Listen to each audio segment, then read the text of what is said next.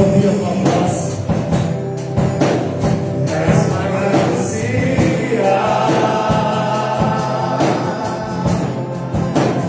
Vou te exortar, as-me ao coração.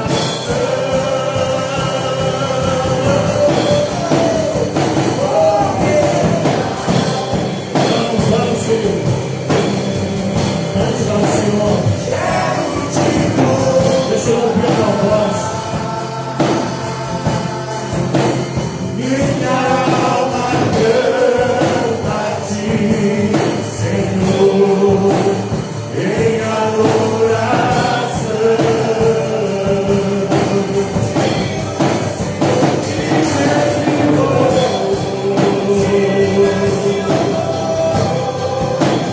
Majestade santa, meu prazer é te dizer, te amo, ó Senhor.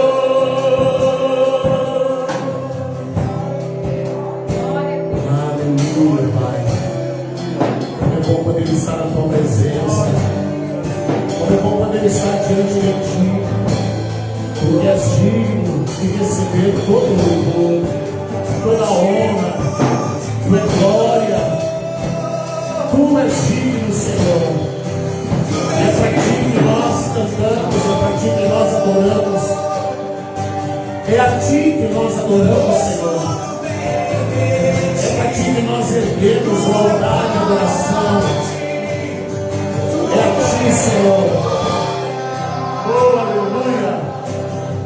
Agora queremos nos alimentar da tua palavra, nos alimentar do pão da vida. Nessa noite que nos assentamos à mesa contigo, Senhor, somos convidados a nos sentar à mesa. Vem ministra o nosso coração, vem ministra o nosso espírito, Pai, em nome de Jesus. Aleluia. Glória a Deus. Amém, querido. Boa noite, paz, fique à vontade, ocupe o seu lugar. Boa noite para quem está em casa, para quem está ouvindo hoje, agora, ou quem sabe em algum momento essa palavra. Que o Espírito de Deus possa pegar você também aí na sua casa, na sua televisão, onde você estiver. Amém, queridos. Hoje é dia de ceia do Senhor. Hoje é dia de celebrar a ceia. Hoje é dia de sentar à mesa do Senhor. Somos convidados. Você sabe que quando o Senhor Jesus celebrou a ceia, Ele não negou a ceia para Tomé, que duvidava de tudo. Ele não negou a ceia para Pedro, que o negaria dali a alguns minutos. E também não negou a ceia para Judas, que o vendeu. Nenhum deles eram dignos, como nós também não somos. Mas Ele nos convida, Ele nos chama a nos assentar à sua mesa e a partilhar conosco do pão e do vinho, da sua carne e do seu sangue. Amém? Nós vamos abrir a palavra no livro de Hebreus, capítulo 12, verso 28 e 29. E nós nessa noite vamos mergulhar o nosso coração no tema gostoso do temor do Senhor. O temor do Senhor. Vamos lá. Pelo que tendo recebido um reino que não pode ser abalado, retenhamos a graça, pelo qual sirvamos a Deus agradavelmente, com reverência e piedade. Verso 29, porque o nosso Deus é um fogo consumidor. Eu não sei qual é a versão que está ali, corrigida, né? Mas outra versão diz com obediência, com reverência e temor. Com reverência e temor. Sabe, queridos, embora os homens muitas vezes tenham diluído o Evangelho para se tornar mais fácil de engolir. Embora muitas vezes os homens tenham açucarado o Evangelho, embora muitas vezes os homens tentem facilitar o Evangelho e tentem alargar a porta, tentem alargar o caminho para que um grande número de pessoas possam fazer parte, mas as palavras de Jesus, elas dizem, esforça-te para entrar pela porta estreita. Os homens podem alargar o quanto quiserem, mas para Jesus, a nossa entrada é pela porta estreita. O nosso caminho é o caminho apertado, é o caminho mais difícil, é o caminho mais duro, que se torna possível andar nesse caminho, entrar por essa porta, através de Jesus, através de Cristo. Amém? Então nessa noite nós vamos falar sobre este reino, tendo recebido um reino que não se pode abalar, não se pode mover, tenhamos graça, pela qual prestemos serviços muito agradáveis a Deus, com reverência e temor, pois o nosso Deus é um fogo consumidor.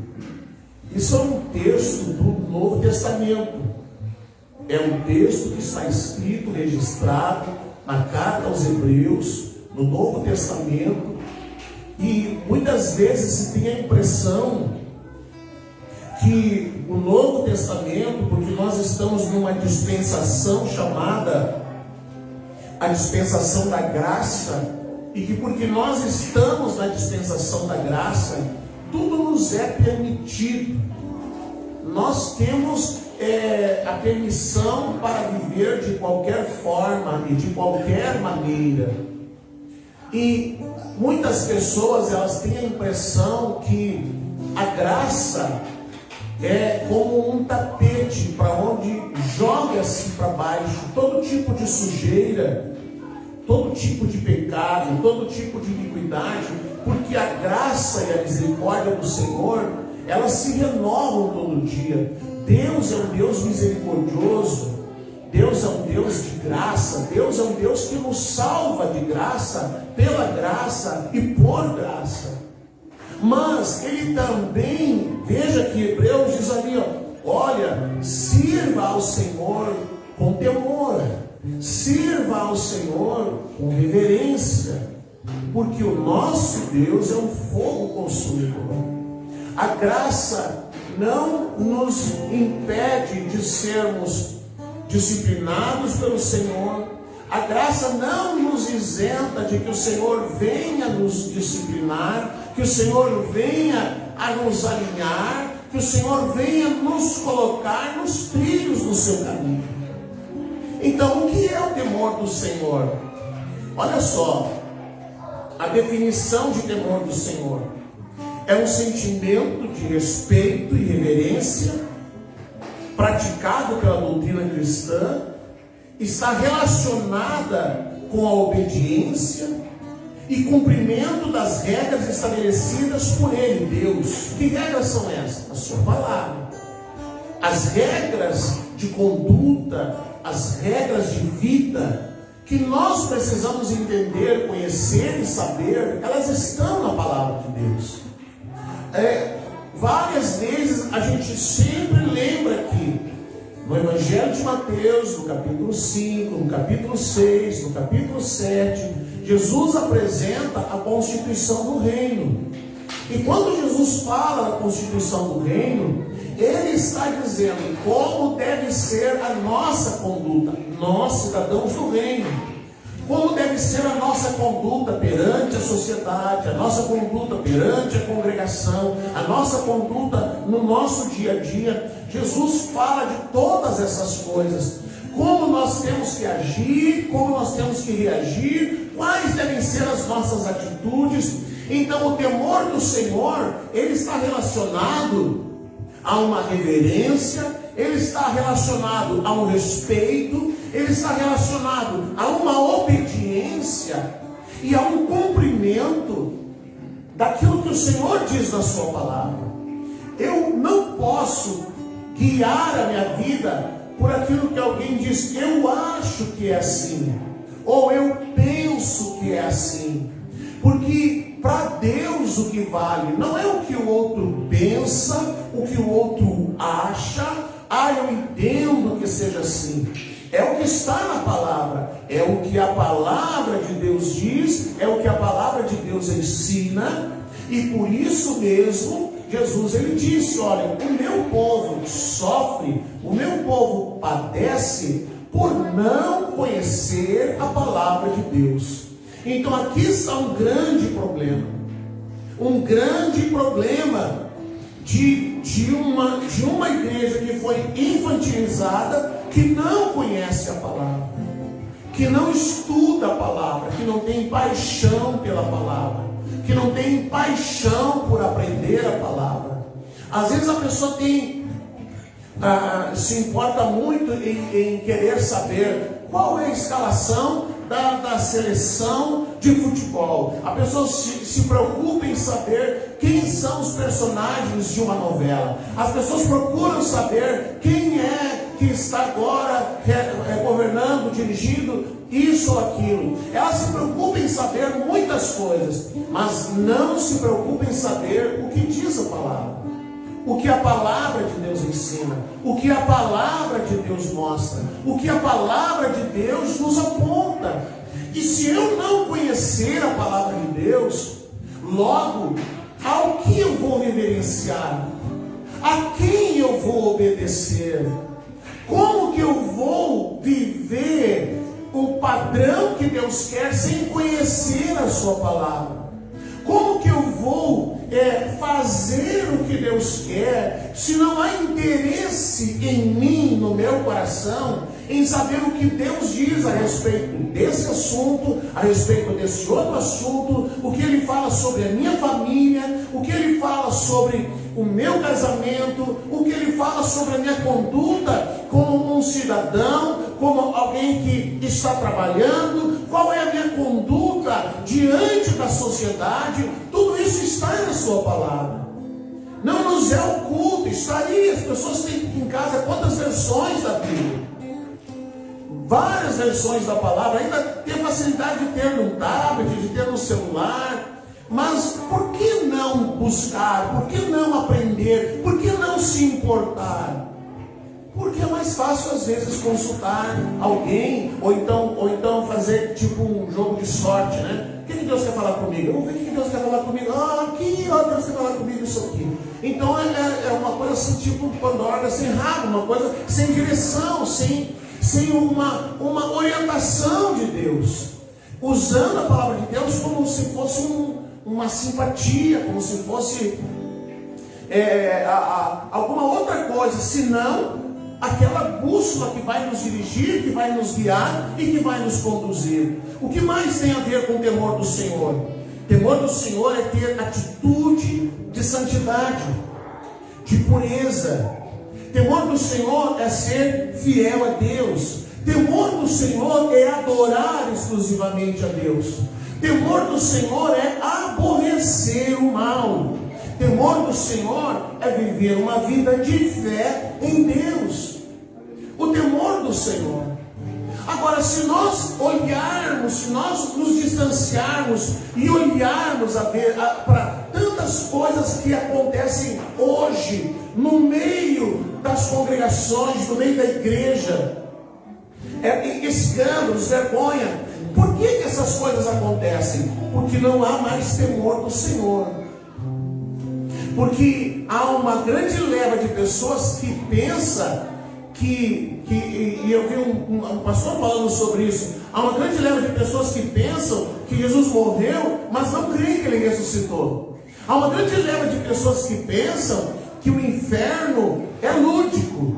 Há uma grande quantidade de pessoas que pensam, creem que existe um céu, mas não creem que existe um inferno. Há uma grande leva de pessoas que pensam que elas receberam a Jesus e que todos um dia vão se levantar e que eles vão comparecer diante de Deus e que Jesus Jesus vai aparecer lá com um anjo, com um saco cheio de coroas e pedras preciosas, e que todo mundo vai receber coroas e pedras preciosas, e que todo mundo vai morar numa mansão celestial, e que por mais torta que seja a sua vida, por mais errado que seja a sua vida, por mais adulto, por mais mentiroso, por mais enganador, por mais enrolão que seja aquele crente, o dia que ele morre, a morte vai santificá-lo e ele vai se tornar uma estrela, ele vai se tornar um anjo, ele vai se tornar um ser alado, e que a morte o santificou.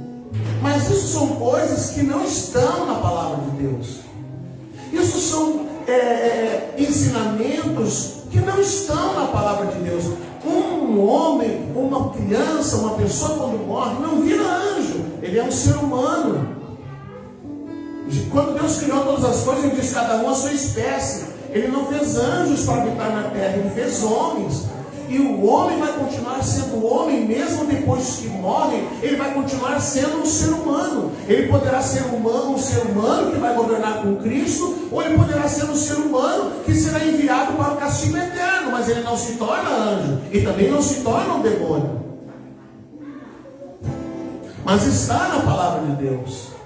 Então, quando não há temor de Deus, quando alguém olha para a palavra e não crê na palavra, e não crê no que a palavra de Deus diz, não conhece o que a palavra de Deus diz, aposta as suas fichas num Deus que é misericordioso, num Deus que é compassivo, mas se esquece que o cálice da ira do Senhor também se enche.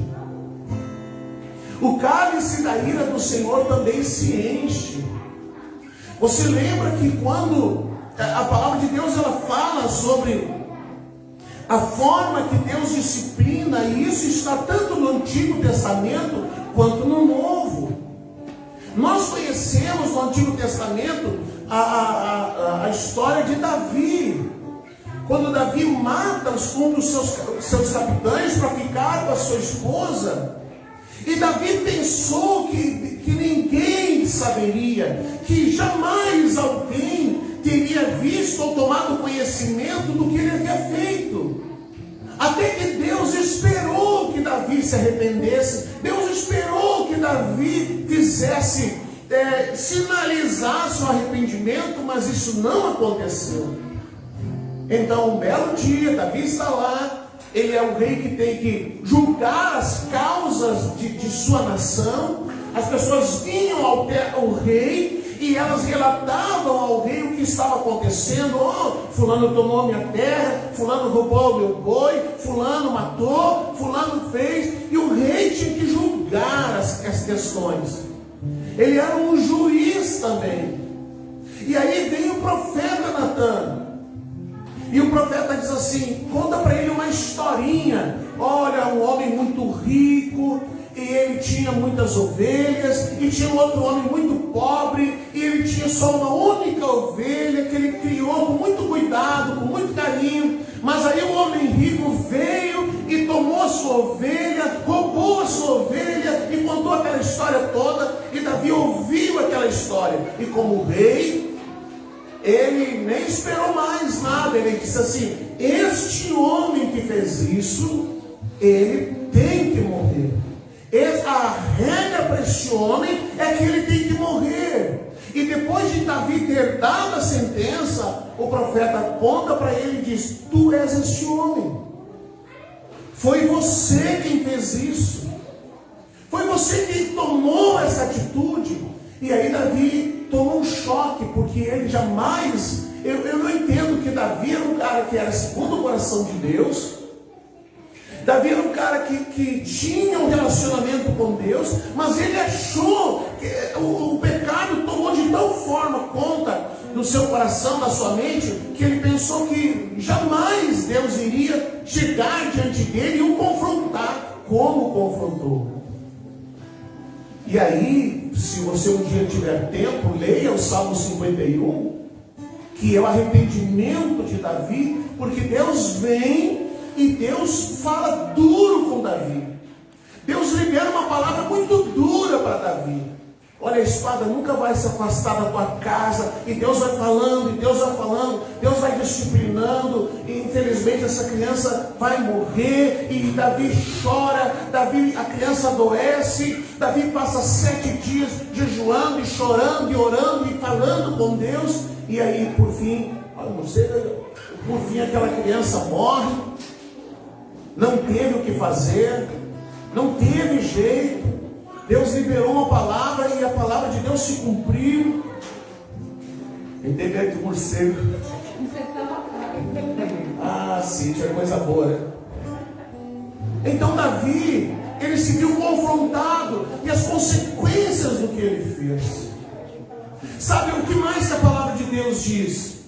2 Coríntios capítulo 5. Alguém pode chegar e fazer. Você lembra quando Estevão se apresentou? Estevão foi pregar. Estevão era um diácono, um homem cheio do Espírito Santo. E Estevão foi pregar. E Estevão começou a falar, começou a confrontar os líderes fariseus, começou a falar do que eles haviam feito. E conforme Estevão ia pregando, eles colocavam as mãos nos ouvidos, porque eles não queriam ouvir o que Estevão estava dizendo. Aquelas palavras de Estevão, elas feriam, elas cortavam, elas machucavam aqueles homens, e eles tampavam os ouvidos. Não, nós não queremos ouvir isso. Alguém faz isso hoje. A pessoa, não, eu não quero ouvir isso, eu não quero saber. A pastora resolveu fazer um estudo sobre o tempo do fim, e aí ela chega aqui na terça-feira e ela traz as informações geopolíticas do que está acontecendo hoje no mundo, de como está se movendo a agenda de Deus, de o que Deus está fazendo nesse tempo, de quão rápido as coisas estão acontecendo, de quão rápido as coisas estão se realizando nesse mundo, o avanço da ciência, de inteligência artificial. Hoje mesmo eu estava vendo uma matéria sobre o Irã, Iraque e Turquia criaram um drone para batalha, mas um drone que tomar a sua própria decisão sem ser controlado por ninguém. E no meio da confusão da guerra, esse drone virou-se para o exército que era dele, e ele atingiu aqueles soldados. Eles não sabiam explicar, mas como que o drone foi colocado para atingir um outro exército, um outro grupo de pessoas, e ele se confunde lá, e ele atinge os homens do próprio exército que estavam com ele, uma inteligência artificial capaz de decidir quem ele vai matar e quem não vai matar e como vai atingir. E aí alguém pode dizer assim: eu não quero ouvir isso, eu não quero saber disso, eu não quero saber desse negócio, que existem bonecas que são feitas para gerar prazer e que substituem homens e mulheres, e as pessoas se relacionam com esses bonecos. Não, eu não quero saber disso, eu não quero saber o que essas coisas estão acontecendo, não quero entender nada disso, eu vou pôr as mãos nos meus ouvidos. Você pode fazer isso. E alguém pode dizer: não, porque se eu não souber, Deus não vai me cobrar. Se eu não souber, ninguém vai me cobrar de nada. Pois não é bem isso que diz a palavra. Olha o que diz Paulo sobre... não diz o texto? Desculpa. 2 Coríntios 5, 10 e 11. Olha o que diz o apóstolo Paulo. O que diz o apóstolo Paulo? Ele diz lá: porque todos, quem é todos? É todos, todos nós. Porque todos devemos comparecer ante o tribunal de Cristo, para que cada um receba segundo o que tiver feito por meio do corpo, ou bem ou mal. 11. Assim que, sabendo o temor que se deve ao Senhor, persuadimos os homens à fé, mas somos manifestos a Deus. Então Paulo está dizendo: olha, você pode dizer: eu não quero ouvir isso, eu não quero saber dessas coisas, eu quero viver minha vida do meu jeito.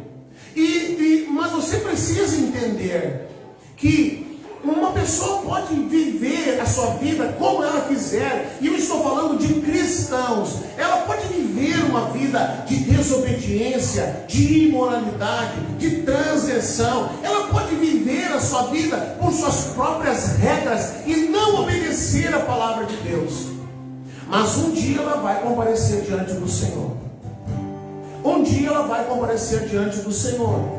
E aí a palavra de Deus diz: cada um vai comparecer diante de Deus e vai prestar contas por si mesmo. Naquele dia, a esposa não dirá: ah, mas o meu marido. O marido não dirá: ah, mas a minha esposa. Os filhos não dirão: ah, mas o meu pai. Ah, mas a minha mãe. Os pais não dirão: ah, mas os meus filhos. Ah, mas e aquele outro. Não, é cada um por si. Naquele dia, ninguém, quando for chamado diante do Senhor, e não vai ser assim, ó. Onde que é? A Carol? É Carol. Aí deixa eu falar. Fica quieto que eu vou lá, Carol. Eu vou lá. O pastor vai lá. Não tem essa. É tu e tu. É tu e Deus. É tu e Cristo. E nós seremos julgados por Cristo por aquilo que nós fizemos ou deixamos de fazer. Nesse dia, Cristo não dirá: pronto, você perdeu a tua salvação. Não, você não vai perder a salvação, mas poderá sofrer disciplina. Você está entendendo? Cada um dará contas por si. E aí a palavra diz assim, ó: então, já que cada um vai dar contas de si, saiba que nós devemos ter temor ao Senhor. Porque esse Senhor, Ele é um Deus de palavra. Cristo não vai chegar no dia do tribunal e Ele vai inventar alguma regra. Cristo não vai chegar no dia do tribunal e vai inventar alguma coisa. Não, isso aqui vale para o Rio Grande do Sul. Isso aqui vale para o sul do Brasil. Para o resto do mundo, eu vou fazer uma regra para a África, eu vou fazer uma regra para o Oriente Médio, eu vou fazer uma regra para quem é rico, uma regra para quem é pobre. Não! O que o Senhor vai usar? A sua palavra. Então, se não há reverência, se não há temor a Deus, se não há reverência a Deus, se não há respeito pelo Senhor, no livro de Malaquias diz assim, ó: se eu sou pai, onde está o respeito para comigo? Ou seja, onde há o temor para comigo? Onde há o temor para comigo? Mas pastor, mas é só isso? Não, você quer ver? Fica mais estreito, querido. Lucas capítulo 12. Lucas capítulo 12. Quando Jesus, veja que Paulo falou, vai acontecer um tribunal, vai acontecer um julgamento. Mas Jesus já falou disso. Lucas capítulo 12, verso 47 e 48, diz assim, ó: e o servo que soube a vontade do seu Senhor e não se aprontou, nem fez conforme a sua vontade, será castigado com muitos açoites.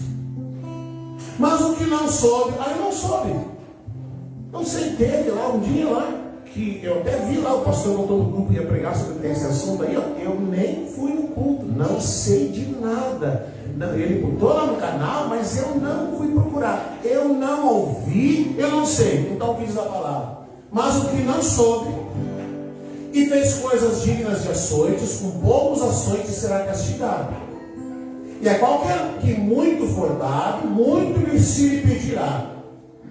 E o que muito se lhe confiou, muito mais se lhe pedirá.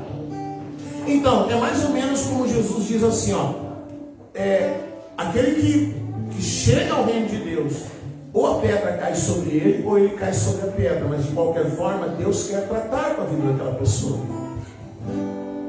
De qualquer forma, Deus quer tratar com a vida daquela pessoa. Veja que Jesus ele ensinava: qual é o seu alimento? Jesus diz: o meu alimento é fazer a vontade do Pai. Quando ele chega lá, próximo ao momento de ser morto, de ser preso, de ser levado para a prisão, Jesus vai orar, e a oração de Jesus: Pai, olha, se é possível, passa de mim esse cálice, mas seja feita a tua vontade e não a minha. Seja feita a tua vontade e não a minha. Então o que Jesus está dizendo? Quando os discípulos vêm e eles perguntam, eles pedem para Jesus: Senhor, ensina-nos a orar. E Jesus vai ensinar eles a orar. E ele faz aquela oração do Pai Nosso, ele ensina os pontos importantes que devem conter uma oração. E lá no meio da oração, ele diz: Pai Nosso que estás nos céus. E ele vai lá, e dali um momento ele diz: seja feita o quê? A tua vontade. É a tua vontade. E aí Jesus vem e fala ali, ó, aquele que soube a vontade de Deus e não fez o que era para fazer. E aquele que não soube também será disciplinado. Então o Senhor disciplina. O Senhor vai disciplinar. Pastor, nós não estamos no tempo da graça. Estamos, e porque estamos na graça, Deus vai nos disciplinando, porque enquanto está vivo, dá tempo de se arrepender, dá tempo de mudar, dá tempo de se consertar, dá tempo de pôr em ordem as coisas. Depois que morreu, daí já era. Você está entendendo? A pessoa pode estar vivendo hoje uma vida torta, uma vida totalmente errada, uma vida imoral, mas se ele se arrepender em tempo, amém, glória a Deus, segue a sua vida. Mas se ele não se arrependeu, aí a coisa complica. Ai, ai, ai. Vamos em Hebreus. Voltamos ao capítulo 12 lá, Carol, verso 4. Olha o que diz agora.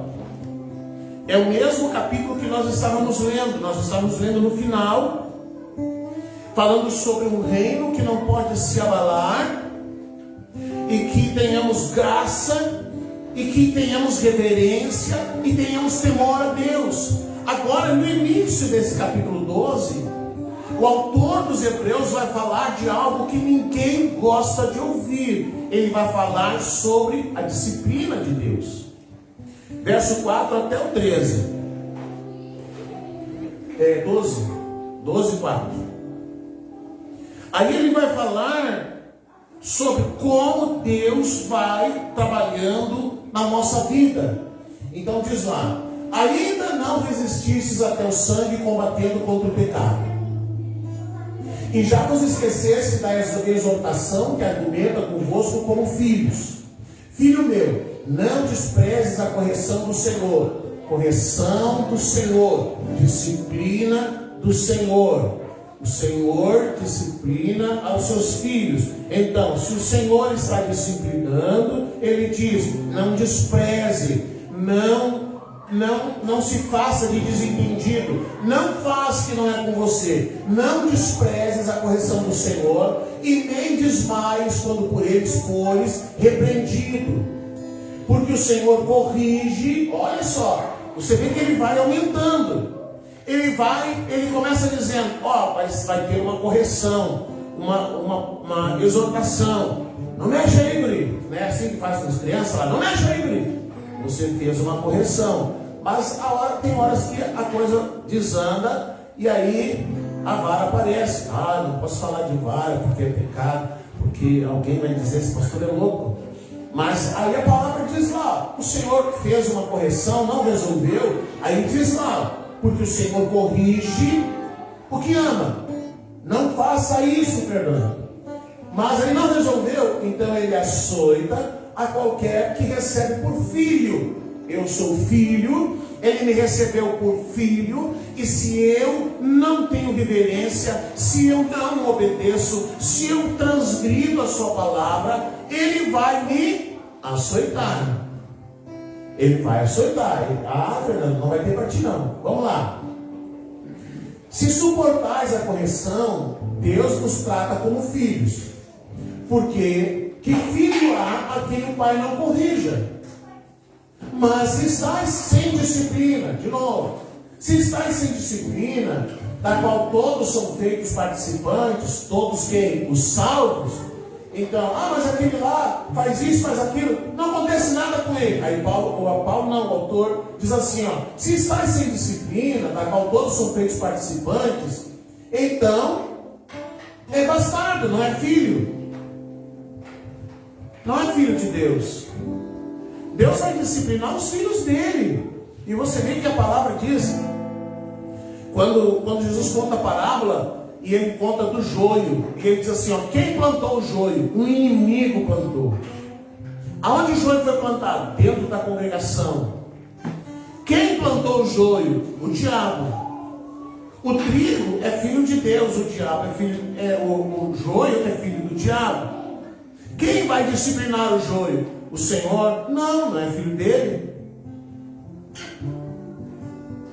Você sabe como é que é? Se está lá numa situação, tem 5, 6 crianças e alguém vai lá e puxa a orelha do seu filho,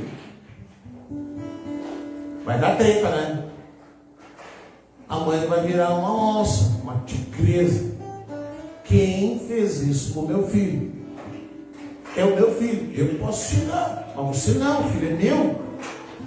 Eu posso chamar atenção, mas você não. Eu posso disciplinar, você não. Você vai disciplinar o seu. Então Deus vai disciplinar o filho que é dele, o que não é dele. Deixa lá. Às vezes nós vemos coisas no meio de uma congregação e a gente pensa, mas por que Deus não disciplina? Porque pode ser que não seja filho dele. E muitas vezes pode ser que Deus está disciplinando e a pessoa está bem pianinha assim, fazendo de conta que não é com ela. Porque quem vê uma pessoa dentro de uma congregação não sabe como é que está a vida dela. Aqui dentro todo mundo é santo, lá fora não se sabe como é. Aqui dentro tudo é gente boa, mas lá fora eu não sei como é como marido, eu não sei como é como esposa, eu não sei como é como filho, eu não sei o que acontece na vida daquela pessoa, se Deus está disciplinando ou não. O que mais que diz lá? O 9. Além do que tivemos nossos pais segundo a carne para nos corrigirem e nós os reverenciamos, não nos sujeitaremos muito mais ao Pai dos Espíritos para vivermos? Porque aqueles, na verdade, aqueles quem? Os pais, nossos pais na terra, na verdade, por um pouco de tempo, nos corrigiam como bem lhes parecia. Mas este para nosso proveito, para sermos participantes da sua santidade. Esse quem? O Senhor. Por que Ele nos corrige? Para sermos participantes da sua santidade. E na verdade, toda correção ao presente não parece ser de gozo, senão de tristeza, mas depois produz um fruto pacífico, de justiça, nos exercitados por ela. Portanto, tornai a levantar as mãos cansadas, os joelhos desconjuntados, e fazei veredas direitas. Começa a endireitar os teus caminhos, fazei veredas direitas para os vossos pés, para que o que manqueja se não desvie inteiramente, antes seja sarado. Deus vai disciplinar. Como é que isso vai acontecer? Como é que Deus vai disciplinar? Deus vai disciplinar pela sua palavra. Deus vai disciplinar pela sua palavra. Ou seja, a pessoa poderá abrir a palavra e Deus vai falar com ela. E ela vai dizer, mas não pode ser. Não é Deus que está falando isso. E a pessoa rejeitar aquilo. Ela dizer, não é para mim isso é para o outro. Deus pode liberar uma palavra para ela. Deus pode trazer disciplina a ela agora, através dessa palavra. A pessoa que está em casa ouvindo, ou você que está aqui, achar ruim, mas e aquilo mexer com você, com a sua vida, é Deus que está sinalizando algo. Mas alguém pode dizer, mas eu não quero ouvir isso, não vou ouvir isso. Então Deus ele vai aumentando. Deus poderá levantar alguém, um irmão, um conhecido, uma pessoa desconhecida, para chegar e dizer algo para você. Você lembra que quando Balaão não enxergava o anjo que estava vindo para trazer disciplina sobre ele, ele não enxergava. Quem enxergou? A mula. E como ele não ouvia e ele não entendia, ele não discernia que Deus estava querendo falar com ele, a mula teve que falar para ele. E ele começou a espancar a mula, porque a mula se deitou em cima dele. Inverteram, em vez dele ficar em cima da mula, a mula ficou em cima dele. E ele pegou uma vara e começou a espancar a mula. E a mula começou a falar para ele: quantos anos que eu te sirvo? Quantos anos que eu te carrego? Alguma vez eu te coloquei em perigo? Alguma vez eu te coloquei em risco? Agora você está me batendo? A mula falando. Imagina, que coisa bem doida. Se alguém chegar para você e dizer que a mula, eu estava lá sentado e o cachorro falou comigo, alguém vai dizer: o que tu andou fumando? Estava estragada essa erva aí que tu fumou. Pois Balaão está lá no caminho da estrada e a mula falando com ele. E a mula diz assim: mas tu não viu que o anjo do Senhor estava ali? Tu não viu que o anjo estava ali com uma espada e ele ia te atacar? Eu vi, por isso que eu parei. Por isso que eu não segui o caminho. Então, às vezes, querido, Deus quer falar, você não ouve. A palavra fala, você não ouve. Alguém prega uma palavra, você não ouve. Então Deus levanta uma mula. Deus levanta uma pessoa desconhecida para chegar e dizer para você: mas o Bica, o cara nem crente é. E o cara libera uma palavra assim do nada. E aí a pessoa fica: que isso, Jesus? Jesus disse assim, ó: se esses não clamarem, quem vai clamar? As pedras. Se Deus quer falar contigo e você não ouve a palavra, não ouve a mensagem, não ouve nada, a pedra vai falar, a mula vai falar, alguém vai falar. Alguém vai dizer: mas fulano, não é bem assim. Não é essa forma. Mas não é desse jeito que diz uma palavra. Aí você fica: que isso, meu Deus? Que é isso? Essa semana aconteceu um fato muito estranho. E aí a pessoa ficou muito triste, ficou muito chateada. Ficou: meu Deus, Deus não me ama, Deus não me quer. E aí uma pessoa que não é crente, que não crê na palavra, que nada, pegou e disse assim: mas não seria um livramento de alguma coisa? E aí a pessoa disse: não seria Deus se livrando de alguma coisa? Como assim? E aí a pessoa parou. Então Deus vai falar, mas se mesmo assim a pessoa não ouve, então Ele vai sinalizar através de situações. Ele vai disciplinar através de situações. E às vezes a pessoa está lamentando e está dizendo assim: ai meu Deus, eu estou passando por uma provação. Não é provação não, é Deus que está disciplinando. Ai meu Deus, eu estou passando por uma luta. Não é uma luta não, Deus está te disciplinando. Deus quer alinhar a tua vida. Deus quer alinhar os teus caminhos. Deus quer que você volte à obediência. Deus quer que você tenha reverência. Deus quer que você tema ao Senhor. Deus quer te conduzir a um caminho de temor a Deus. Então Ele vai usar situações e você vai pedir para alguém: por favor, ore por mim, porque eu estou passando isso. Ore por mim, porque eu estou passando aquele outro. E Deus está dizendo: não adianta ninguém orar. É eu que estou fazendo isso. E aí as pessoas assim: porque a porta que Deus abre ninguém fecha. A porta que Deus abre ninguém fecha. Mas o mesmo texto diz que a porta que Deus fecha, ninguém abre. E aí, querido, quando Deus não quer, você pode pedir para todo mundo orar, você pode pedir para todo mundo interceder, você pode pedir para todo mundo clamar por você, e Deus vai olhar e vai dizer: não, é eu que estou fazendo isso. É eu quem estou disciplinando. É meu filho, deixa eu tratar com ele. Mas o objetivo é realinhar o caminho. O objetivo é trazer de volta ao caminho. O objetivo de Deus, quando ele veio o profeta falar com Davi, era provocá-lo ao arrependimento. Mas Davi não se arrependeu, teve tempo para fazer isso, e como não se arrependeu, Deus veio e o expôs. E esse talvez é um dos últimos passos da disciplina de Deus, quando Ele expõe. Mas isso não existe, pastor, no Novo Testamento. Não existe? E o que aconteceu com Safira e Ananias? Irmãos, está lá no culto, um culto abençoado, palavra sendo liberada. Aí Pedro já tinha terminado de pregar, já estava quase encerrando o culto. Irmãos, vamos orar pela oferta. E aí vem Safira e Ananias, o coração cheio de uma intenção. Eles tinham visto uns dias antes, num dia de celebração, que Barnabé havia entregado uma grande soma de dinheiro e que o apóstolo Pedro, os líderes, tivessem elogiado a atitude de Barnabé, e eles pensaram: mas eu também quero ser elogiado, eu também quero. Vamos fazer o seguinte: nós vamos vender uma propriedade, como fez Barnabé, e aí nós vamos guardar uma parte, mas aí nós vamos chegar lá e nós vamos dizer que estamos entregando todo o valor. Estamos entregando todo o valor. Então eles vão para o culto.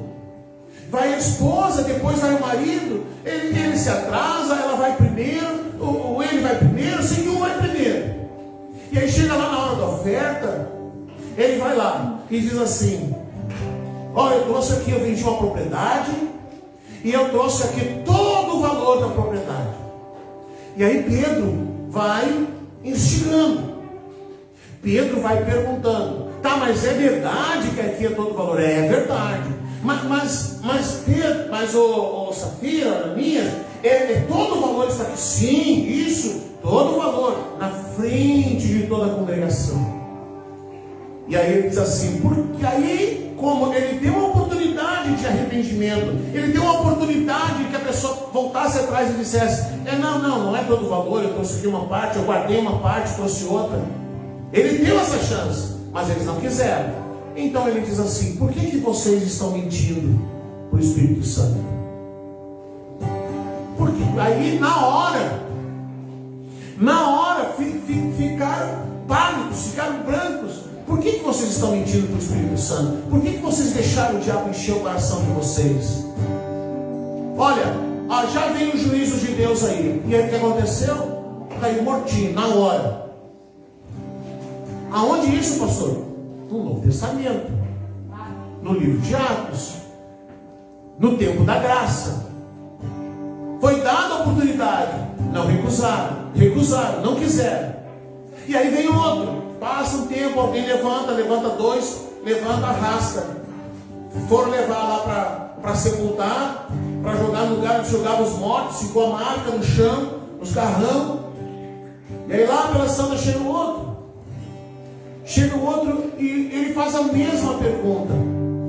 Não, nós trouxemos todo o valor, nós trouxemos para aqui todo o valor. Mas vocês têm certeza? Ele faz pergunta, ele vai perguntando, e a pessoa vai dizendo, continua mentindo. Não, está aqui todo o valor. E aí ele diz a mesma coisa. Por que vocês estão mentindo para o Espírito Santo? Por que vocês estão deixando o diabo encher o coração de vocês? Ó, está aqui a marca dos pés do teu marido.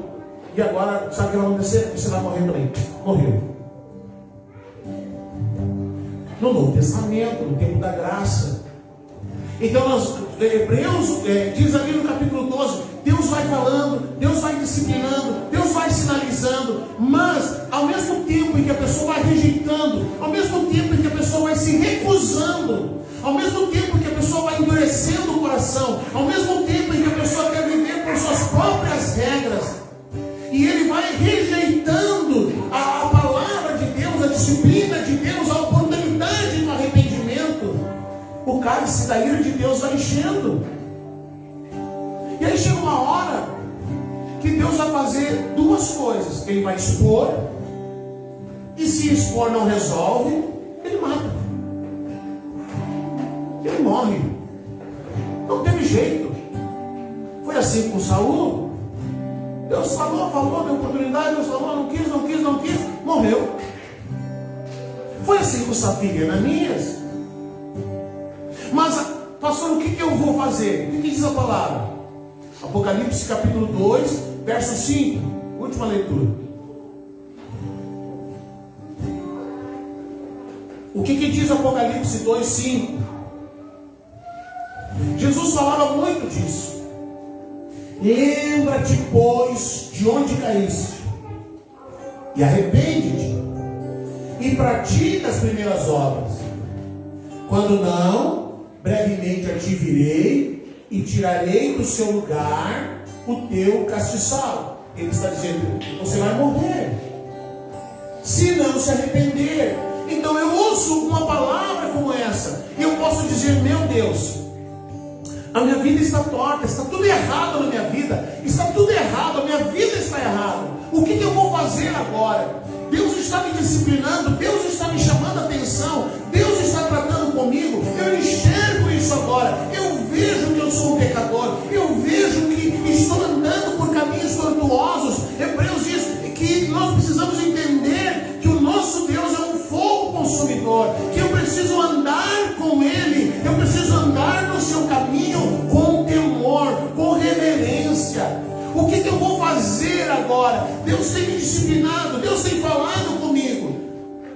Apocalipse está dizendo: arrepende, te arrepende, corre e se arrependa. Se Safira e Ananias tivessem dito: não é verdade, não é todo o valor, aqui não está todo o valor, nós guardamos uma parte, nós retivemos uma parte, eles mentiram. E a palavra, quando ela termina esse relato, ela diz que aquela igreja, aquela congregação encheu-se de temor a Deus. Encheu-se de temor a Deus. Então, quando nós vemos tantas coisas acontecendo no meio da igreja, é porque não há mais temor. Não há mais temor. A pessoa não entende ou não crê que um dia ela vai se apresentar diante de Deus. E ela acha que quando ela morrer, um dia ela vai ressuscitar e vai ganhar a coroa e vai viver nas mansões celestiais. Mas sabe por que Jesus quer que a gente se arrependa? Por que Jesus quer que a gente conserte o nosso caminho enquanto estamos vivos? Quantos anos alguém pode viver? 70, 80? Quantos anos uma pessoa pode viver? 90 anos? Um cristão pode viver 90 anos, uma vida torta, desobediência a Deus, e ele pode pensar: mas agora eu vou morrer e tudo acabou. Não acabou. Eu tenho uma má notícia para lhe dar: não acabou. Não, a morte não termina com tudo. A morte não zera tudo. Não zera tudo.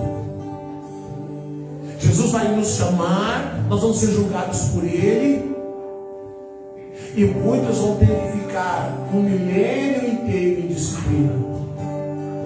Eu vou viver 80 anos, 90 anos, e aí eu morro com a vida torta. Não quis me consertar, Deus falou comigo, Deus ministrou, Deus me expôs. Não quis, endureci meu coração, rejeitei. Amém. Então Jesus vai dizer agora: você tem 1000 anos para ficar em disciplina. Agora, para falar para você que tipo de disciplina, eu preciso de uma outra noite para falar sobre as disciplinas que o Senhor Jesus vai dar. Não, a morte não zera tudo, não termina tudo, não acaba tudo ali. Nem nos santifica, nem nos torna mais puro, não nos torna reverentes. Viver uma vida irreverente, daí vai se tornar reverente na morte? Não.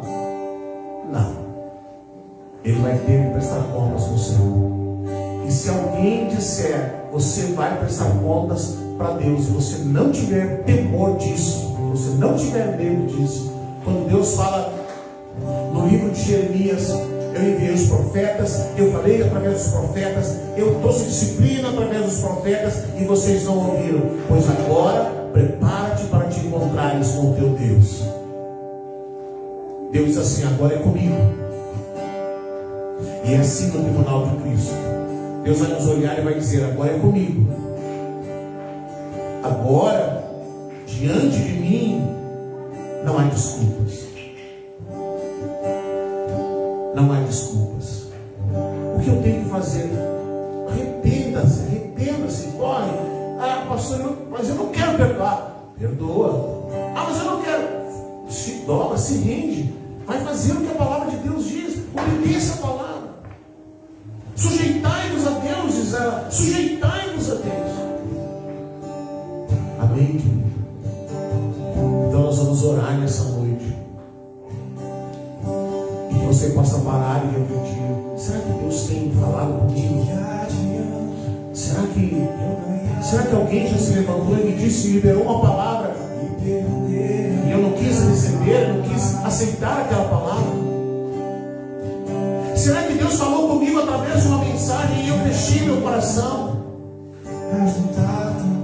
E eu disse, mas eu não quero ver esse cara aí. Ah, que cara xarope, que dia de falar que nem o David Leonardo, só umas coisas legais, umas coisas macias, umas coisas legais. Não, queridos, Deus está falando, e a palavra diz assim, ó, quem tem ouvidos para ouvir, ouça. Ouça o que o Espírito está falando à igreja. Vamos ficar de pé e vamos orar. Deixa o Senhor alinhar o teu coração. Deixa o Senhor alinhar o teu coração. O perdão, a palavra diz que o perdão apaga uma multidão de pecados. O arrependimento apaga uma multidão de pecados. O arrependimento apaga uma multidão de pecados. Feliz é aquele que, ouvindo o Senhor, se rende diante dele, se dobra diante dele, se sujeita a ele. Feliz é aquele que para e lembra-se de onde caiu, aonde que ele errou, aonde que ele falhou, aonde que ele começou a sofrer a queda, e volta atrás e corre para o Senhor, se rende diante dele. Pai, nós chegamos diante de Ti nessa noite. Meu Deus, nós sabemos que a porta continua estreita, Senhor. O caminho continua apertado. Os homens podem ter alargado o caminho, podem ter alargado a porta, mas Tu disseste, esforçai-vos para entrar pela porta estreita. Esforçai-vos para andar pelo caminho apertado. Pai, nós precisamos que o Espírito Santo nos desperte nesses dias, Senhor. Onde não há temor de Deus, onde não há temor do Senhor, onde a impiedade, a imoralidade, ela está minando muitas congregações, Pai. Como nós precisamos de Ti, Jesus. Como nós precisamos de Ti, Espírito Santo. E hoje nós olhamos para a Tua palavra e ela nos diz: arrependa-se enquanto há tempo. Arrependa-se, não espere, arrependa-se. Corra para Ele. Nós queremos correr para Ti nessa noite, Senhor. Nós queremos dizer: Pai, perdoa-nos. Nós queremos dar nome ao pecado que nos distanciou de Ti. Nós queremos dar nome ao pecado que tem apagado o nosso fervor espiritual. Nós queremos dar nome ao pecado que tem tomado o nosso coração. Nós queremos dar nome, Senhor, àquilo que entristece o Teu coração. Perdoa, meu Deus, pela imoralidade. Perdoa, meu Deus, pela mentira. Perdoa pelo engano. Perdoa pela transgressão. Perdoa pela desobediência. Perdoa por não estar comprometido contigo. Perdoa, perdoa e perdoa, Senhor. Purifica-nos, Pai. A Tua palavra diz que Tu és fiel e justo para nos purificar todo pecado. Por isso nós queremos confessar-nos diante de Ti, Pai. Nós queremos dizer: Pai, perdoa-nos, Pai, perdoa-nos, Pai, perdoa-nos. Espírito Santo, ajuda-nos, convence-nos. A Tua palavra diz que és Tu quem nos convence, Senhor. Não são os meus argumentos, mas és Tu quem convence, Espírito Santo. Desperta-nos, Pai. Arranca as escamas da nossa mente. Arranca as escamas de nossos olhos. Abre os nossos ouvidos que estão agravados, que estão fechados, que não querem ouvir, não querem entender, não querem aceitar a Tua palavra. Ministra a nós, Espírito Santo. Em nome de Jesus. Em nome de Jesus, Senhor. Nós nos arrependemos, Senhor. Nós nos arrependemos, Pai.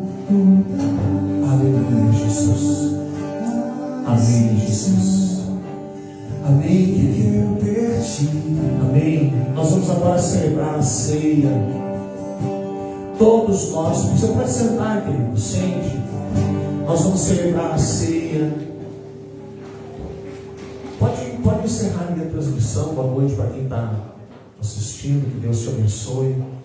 Nós vamos agora celebrar a ceia do Senhor. Todos nós vamos participar da ceia.